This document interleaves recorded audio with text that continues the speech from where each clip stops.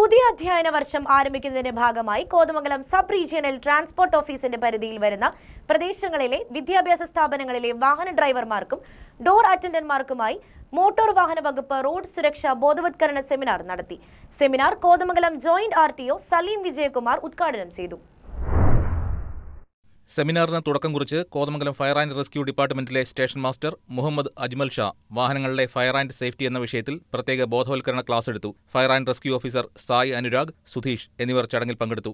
108 വിദ്യാഭ്യാസ സ്ഥാപനങ്ങളിൽ നിന്നായി സെമിനാറിൽ 264 ഡ്രൈവർമാരും ഒട്ടേറെ ഡോർ അറ്റൻഡർമാരും പങ്കെടുത്തു. സെമിനാറിൽ പങ്കെടുത്ത ഡ്രൈവർമാർക്ക് സർട്ടിഫിക്കറ്റ് വിതരണം ചെയ്തു. Motor vehicles inspector Rejimon KV ചടങ്ങിൽ അധ്യക്ഷത വഹിച്ചു. Kothamangalam Mar Athanasius engineering college principal doctor Bose Mathew, assistant motor vehicles ഇൻസ്പെക്ടർമാരായ ദിനേഷ് കുമാർ, അരുൺ K ശശിധരൻ, അബിൻ ഐസക് തുടങ്ങിയവർ പങ്കെടുത്തു. വിദ്യാർത്ഥികളുടെ സുരക്ഷയെ സംബന്ധിച്ചും ഈ അധ്യയന വർഷത്തിൽ അപകടങ്ങൾ ഒഴിവാക്കുന്നതിനാവശ്യമായ മാർഗനിർദ്ദേശങ്ങൾ ഉൾപ്പെടെ പ്രത്യേക ബോധവൽക്കരണ പരിപാടി motor vehicle inspector Deepu NK അവതരിപ്പിച്ചു.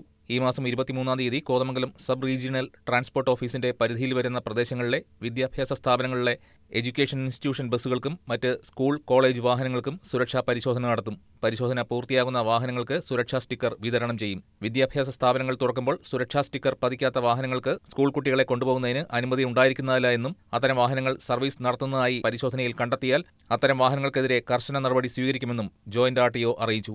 News desk KCV news.